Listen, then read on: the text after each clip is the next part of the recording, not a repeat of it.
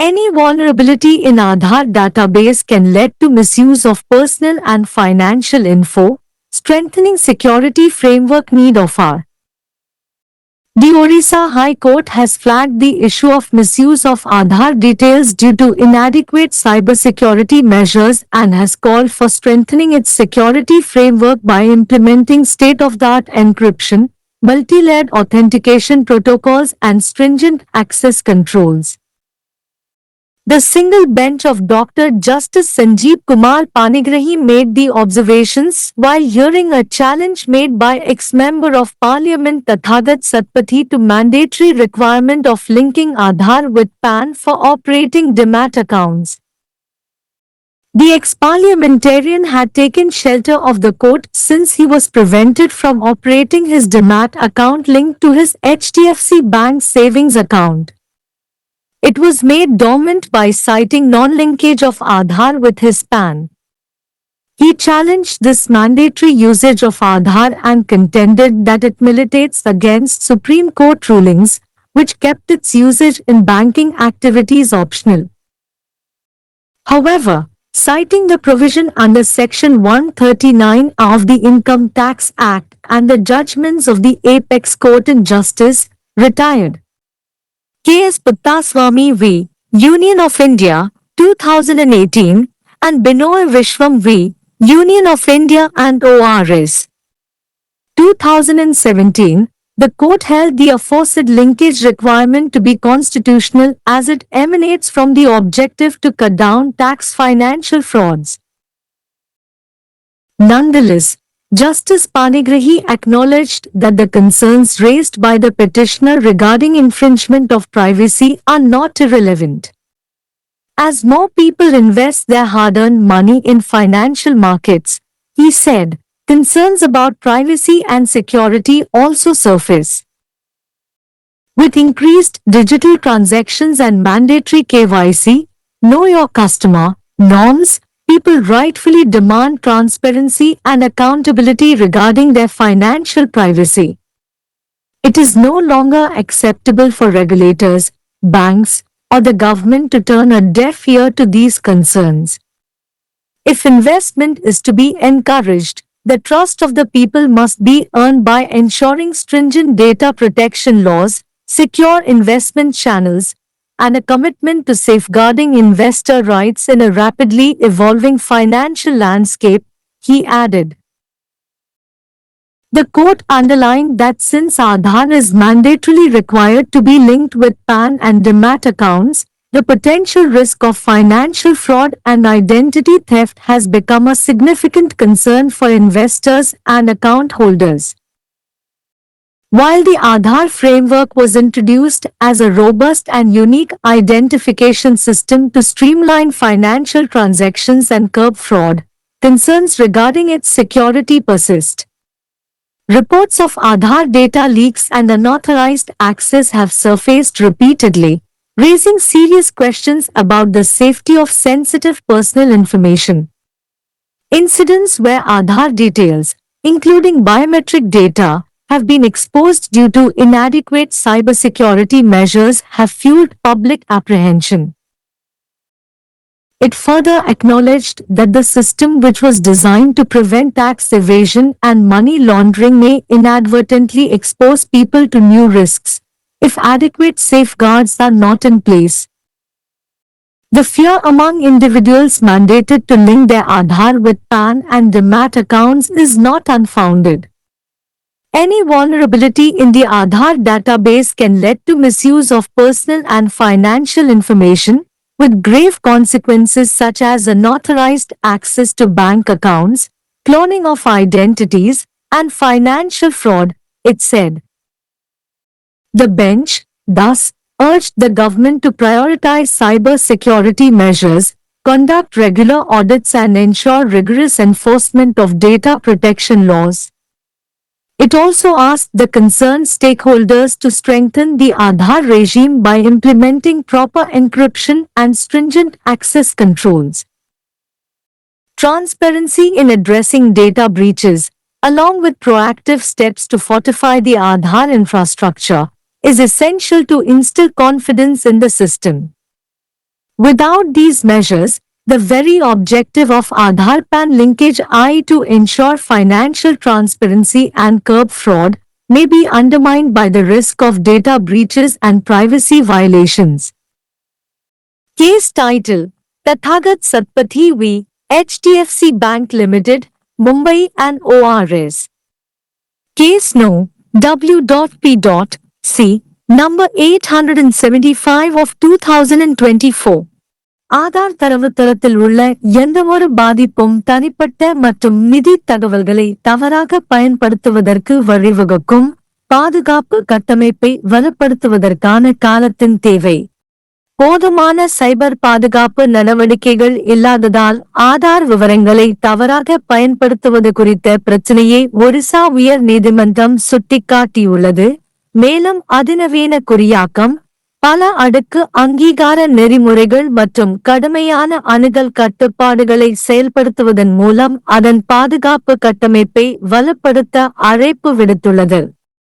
முன்னாள் நாடாளுமன்ற உறுப்பினர் ததகதா சதாபதி டிமேட் கணக்குகளை இயக்குவதற்கு ஆதாரை பான் உடன் இணைப்பது கட்டாயமாக்கப்பட வேண்டும் என்ற கோரிக்கையை விசாரித்த போது டாக்டர் நீதிபதி சஞ்சீப் குமார் பாணிக்ராஹியின் தனி அமர்வு இந்த கருத்துக்களை தெரிவித்தது. முன்னாள் நாடாளுமன்ற உறுப்பினர் தனது HDFC வங்கியின் சேமிப்பு கணக்குடன் இணைக்கப்பட்ட தனது டிமேட் கணக்கை இயக்குவதிலிருந்து தடுக்கப்பட்டதால் நீதிமன்றத்தின் ஆதரவை பெற்றார். ஆதாரை தனது பான் உடன் இணைக்காததை காரணம் காட்டி அது செயலற்றதாக மாற்றப்பட்டது. ஆதாரின் இந்த கட்டாய பயன்பாட்டை அவர் சவால் செய்தார். மேலும் இது உச்ச நீதிமன்ற தீர்ப்புகளுக்கு எதிரானது என்று வாதிட்டார். இது வங்கி நடவடிக்கைகளில் அதன் பயன்பாட்டை விருப்பத்தேர்வாக வைத்திருந்தது. இருப்பினும் வருமான வரிச் சட்டத்தின் பிரிவு 13(9) இன் கீழ் உள்ள விதி மற்றும் உச்ச நீதிமன்ற நீதிபதி ஓய்வு KES குட்டசாமி எதிர் இந்திய ஒன்றியம் 2018 மற்றும் பினோய் விஸ்வம் எதிர் இந்திய ஒன்றியம் பிறர் 2017 ஆகியவற்றின் தீர்ப்புகளை மேற்கோள் காட்டி வரி நிதி மோசடிகளை குறைக்கும் நோக்கத்திலிருந்து வெளிப்படுவதால் மேற்கூறிய இணைப்பு தேவை அரசியலமைப்பு சட்டத்திற்கு உட்பட்டது என்று நீதிமன்றம் கூறியது. இருப்பினும் தனியுரிமை மீறல் தொடர்பாக மனுதாரர் எழுப்பிய கவலைகள் பொருத்தமற்றவை அல்ல என்பதை நீதிபதி பாணிக்ராஹி ஒப்புக்கொண்டார். அதிகமான மக்கள் தங்கள் கடின உழைப்பால் சம்பாதித்த பணத்தை நிதி சந்தைகளில் முதலீடு செய்வதால் தனியுரிமை மற்றும் பாதுகாப்பு குறித்த கவலைகளும் வெளிப்படுகின்றன என்று அவர் கூறினார். அதிகரித்த டிஜிட்டல் பரிவர்த்தனைகள் மற்றும் கட்டாய KYC, உங்கள் வாடிக்கையாளரை அறிந்து கொள்ளுங்கள் விதிமுறைகளுடன் மக்கள் தங்கள் நிதி தனியுரிமை தொடர்பாக வெளிப்படைத்தன்மை மற்றும் பொறுப்புணர்வை சரியாக கோருகிறார்கள். கட்டுப்பாட்டாளர்கள், வங்கிகள் அல்லது அரசாங்கம் இந்த கவலைகளுக்கு செவிடாக இருப்பது இனி ஏற்றுக்கொள்ள முடியாதது. முதலீடு ஊக்குவிக்கப்பட வேண்டுமானால் கடுமையான தரவு பாதுகாப்பு சட்டங்கள், பாதுகாப்பான முதலீட்டு வழிகள் மற்றும் வேகமாக வளர்ந்து வரும் நிதி சூழலில் முதலீட்டாளர் உரிமைகளை பாதுகாப்பதற்கான உறுதிப்பாட்டை உறுதி செய்வதன் மூலம் மக்களின் நம்பிக்கையை பெற வேண்டும் என்று அவர் மேலும் கூறினார். பான் மற்றும் டிமேட் கணக்குகளுடன் ஆதார் இணைக்கப்படுவது கட்டாயமாக இருப்பதால் நிதி மோசடி மற்றும் அடையாள திருட்டுக்கான ஆபத்து முதலீட்டாளர்கள் மற்றும் கணக்கு வைத்திருப்பவர்களுக்கு ஒரு குறிப்பிடத்தக்க கவலையாக மாறியுள்ளது என்று நீதிமன்றம் அடிக்கோடிட்டு காட்டியது. நிதி பரிவர்த்தனைகளை ஒழுங்குபடுத்துவதற்கும் மோசடியை தடுப்பதற்கும் ஆதார் கட்டமைப்பு ஒரு வலுவான மற்றும் தனித்துவமான அடையாள அமைப்பாக அறிமுகப்படுத்தப்பட்டாலும் அதன் பாதுகாப்பு குறித்த கவலைகள் நீடிக்கின்றன. ஆதார் தரவு கசிவுகள் மற்றும் அங்கீகரிக்கப்படாத அணுகல் பற்றிய அறிக்கைகள் மீண்டும் மீண்டும் வெளிவந்துள்ளன. இது முக்கியமான தனிப்பட்ட தகவல்களின் பாதுகாப்பு குறித்து கடுமையான கேள்விகளை எழுப்புகிறது. போதுமான சைபர் பாதுகாப்பு நடவடிக்கைகள் இல்லாததால் பயோமெட்ரிக் தரவு உட்பட ஆதார் விவரங்கள் அம்பலப்படுத்தப்பட்ட சம்பவங்கள் பொதுமக்களின் அச்சத்தை தூண்டியுள்ளன. வரி ஏய்ப்பு மற்றும் பண மோசடியை தடுக்க வடிவமைக்கப்பட்ட அமைப்பு போதுமான பாதுகாப்புகள் இல்லாவிட்டால் தற்செயலாக மக்களை புதிய ஆபத்துகளுக்கு ஆளாக்கக்கூடும் என்பதை அது மேலும் ஒப்புக்கொண்டது. பான் மற்றும் டிமேட் கணக்குகளுடன் தங்கள் ஆதாரை இணைக்க கட்டாயப்படுத்தப்பட்ட தனிநபர்களிடையே உள்ள அச்சம் ஆதாரமற்றது அல்ல. ஆதார் தரவுத்தளத்தில் உள்ள எந்தவொரு பாதிப்பும் தனிப்பட்ட மற்றும் நிதி தகவல்களை தவறாக பயன்படுத்துவதற்கு வழிவகுக்கும். இது வங்கிக் கணக்குகளை அங்கீகரிக்கப்படாத அணுகல், அடையாளங்களை குளோனிங் செய்தல் மற்றும் நிதி மோசடி போன்ற கடுமையான விளைவுகளை ஏற்படுத்தும் என்று அது கூறியது. எனவே சைபர் பாதுகாப்பு நடவடிக்கைகளுக்கு முன்னுரிமை அளிக்கவும், வழக்கமான தணிக்கைகளை நடத்தவும், தரவு பாதுகாப்பு சட்டங்களை கடுமையாக அமல்படுத்துவதை உறுதி செய்யவும் அரசாங்கத்தை பெஞ்ச் வலியுறுத்தியது. முறையான குறியாக்கம் மற்றும் கடுமையான அணுகல் கட்டுப்பாடுகளை செயல்படுத்துவதன் மூலம் ஆதார் ஆட்சியை வலுப்படுத்தவும் சம்பந்தப்பட்ட பங்குதாரர்களை அது கேட்டுக்கொண்டது. தரவு மீறல்களை நிவர்த்தி செய்வதில் வெளிப்படைத்தன்மை, ஆதார் உள்கட்டமைப்பை வலுப்படுத்துவதற்கான முன்னெச்சரிக்கை நடவடிக்கைகள், அமைப்பில் நம்பிக்கையை ஏற்படுத்த அவசியம். இந்த நடவடிக்கைகள் இல்லாமல் ஆதார்-பான் இணைப்பின் நோக்கம், அதாவது நிதி வெளிப்படைத்தன்மையை உறுதி செய்து மோசடியை தடுப்பது, தரவு மீறல்கள் மற்றும் தனியுரிமை மீறல்களின் அபாயத்தால் குறைமதிப்பிற்கு உட்படுத்தப்படலாம். வழக்கு தலைப்பு: ததாகதா சதபதி எதிர் HDFC வங்கி லிமிடெட், மும்பை மற்றும் பிற. வழக்கு எண் WEPU-C எண் 875/2024। आधार डेटाबेस में किसी भी तरह की खामी से व्यक्तिगत और वित्तीय जानकारी का दुरुपयोग हो सकता है। सुरक्षा ढांचे को मजबूत करना समय की मांग है।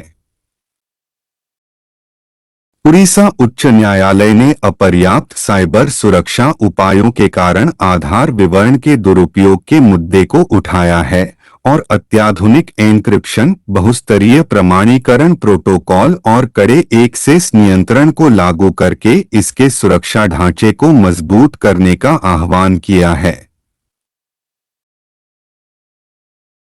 डॉक्टर न्यायमूर्ति संजीव कुमार पाणिग्रही की एकल पीठ ने पूर्व सांसद तथागत सतपथी द्वारा डीमैट खातों के संचालन के लिए आधार को पैन से जोड़ने की अनिवार्य आवश्यकता को चुनौती देने वाली याचिका पर सुनवाई करते हुए ये टिप्पणियां की। पूर्व सांसद ने न्यायालय की शरण ली थी क्योंकि उन्हें अपने HDFC बैंक के बचत खाते से जुड़े अपने डीमैट खाते को संचालित करने से रोका गया था। आधार को उनके पैन से न जोड़ने का हवाला देकर इसे निष्क्रिय कर दिया गया था। उन्होंने आधार के इस अनिवार्य उपयोग को चुनौती दी और तर्क दिया कि यह सर्वोच्च न्यायालय के फैसलों के खिलाफ है, जिसने बैंकिंग गतिविधियों में इसके उपयोग को वैकल्पिक रखा था। हालांकि आयकर अधिनियम की धारा 139A के तहत प्रावधान और न्यायमूर्ति सेवानिवृत्त केएस पुट्टस्वामी बनाम भारत संघ 2018 और बिनोय विश्वम बनाम भारत संघ एवं अन्य 2017 में सर्वोच्च न्यायालय के निर्णयों का हवाला देते हुए न्यायालय ने उपरोक्त लिंकेज आवश्यकता को संवैधानिक माना क्योंकि यह कर वित्तीय धोखाधड़ी को कम करने के उद्देश्य से उत्पन्न होती है। फिर भी न्यायमूर्ति पाणिग्रही ने स्वीकार किया कि निजता के उल्लंघन के बारे में याचिकाकर्ता द्वारा उठाई गई चिंताएं अप्रासंगिक नहीं हैं। उन्होंने कहा कि जैसे जैसे अधिक लोग अपनी मेहनत की कमाई को वित्तीय बाजारों में निवेश करते हैं, निजता और सुरक्षा के बारे में चिंताएं भी सामने आती हैं। बढ़ते डिजिटल लेनदेन और अनिवार्य KYC, अपने ग्राहक को जाने मानदंडों के साथ लोग अपनी वित्तीय गोपनीयता के बारे में पारदर्शिता और जवाबदेही की मांग करते हैं। नियामकों, बैंकों या सरकार के लिए इन चिंताओं पर ध्यान न देना अब स्वीकार्य नहीं है। उन्होंने कहा, यदि निवेश को प्रोत्साहित करना है तो लोगों का विश्वास कड़े डेटा सुरक्षा कानून, सुरक्षित निवेश चैनल और तेजी से विकसित हो रहे वित्तीय परिदृश्य में निवेशकों के अधिकारों की सुरक्षा के प्रति प्रतिबद्धता सुनिश्चित करके अर्जित किया जाना चाहिए। न्यायालय ने रेखांकित किया कि चूंकि आधार को अनिवार्य रूप से पैन और डीमैट खातों से जोड़ा जाना आवश्यक है, इसलिए वित्तीय धोखाधड़ी और पहचान की चोरी का संभावित जोखिम निवेशकों और खाताधारकों के लिए एक महत्वपूर्ण चिंता का विषय बन गया है। जबकि आधार ढांचे को वित्तीय लेनदेन को सुव्यवस्थित करने और धोखाधड़ी को रोकने के लिए एक मजबूत और अद्वितीय पहचान प्रणाली के रूप में पेश किया गया था, इसकी सुरक्षा के बारे में चिंताएं बनी हुई हैं। आधार डेटा लीक और अनधिकृत पहुंच की रिपोर्ट बार बार सामने आई हैं, जिससे संवेदनशील व्यक्तिगत जानकारी की सुरक्षा के बारे में गंभीर सवाल उठते हैं। अपर्याप्त साइबर सुरक्षा उपायों के कारण बायोमेट्रिक डेटा सहित आधार विवरण उजागर होने की घटनाओं ने सार्वजनिक आशंका को बढ़ा दिया है। इसने आगे स्वीकार किया कि कर चोरी और मनी लॉन्ड्रिंग को रोकने के लिए डिजाइन की गई प्रणाली अनजाने में लोगों को नए जोखिमों के लिए उजागर कर सकती है। अगर पर्याप्त सुरक्षा उपाय नहीं किए गए, आधार को पैन और डीमैट खातों से जोड़ने के लिए अनिवार्य व्यक्तियों के बीच डर निराधार नहीं है। आधार डेटाबेस में किसी भी तरह की कमजोरी व्यक्तिगत और वित्तीय जानकारी के दुरुपयोग का कारण बन सकती है, जिसके गंभीर परिणाम हो सकते हैं, जैसे बैंक खातों तक अनधिकृत पहुंच, पहचान की क्लोनिंग और वित्तीय धोखाधड़ी, पीठ ने कहा। इस प्रकार पीठ ने सरकार से साइबर सुरक्षा उपायों को प्राथमिकता देने, नियमित ऑडिट करने और डेटा सुरक्षा कानूनों का कठोर प्रवर्तन सुनिश्चित करने का आग्रह किया। इसने संबंधित हितधारकों से उचित एन्क्रिप्शन और कड़े एक्सेस कंट्रोल को लागू करके आधार व्यवस्था को मजबूत करने के लिए भी कहा। डेटा उल्लंघनों को संबोधित करने में पारदर्शिता, साथ ही आधार बुनियादी ढांचे को मजबूत करने के लिए सक्रिय कदम, सिस्टम में विश्वास पैदा करने के लिए आवश्यक है। इन उपायों के बिना आधार पैन लिंकेज का मूल उद्देश्य यानी वित्तीय पारदर्शिता सुनिश्चित करना और धोखाधड़ी को रोकना, डेटा उल्लंघन और गोपनीयता उल्लंघन के जोखिम से कमजोर हो सकता है। केस का शीर्षक तथागत सतपथी बनाम HDFC बैंक लिमिटेड, मुंबई और अन्य। प्रकरण संख्या W.PC संख्या 875/2024।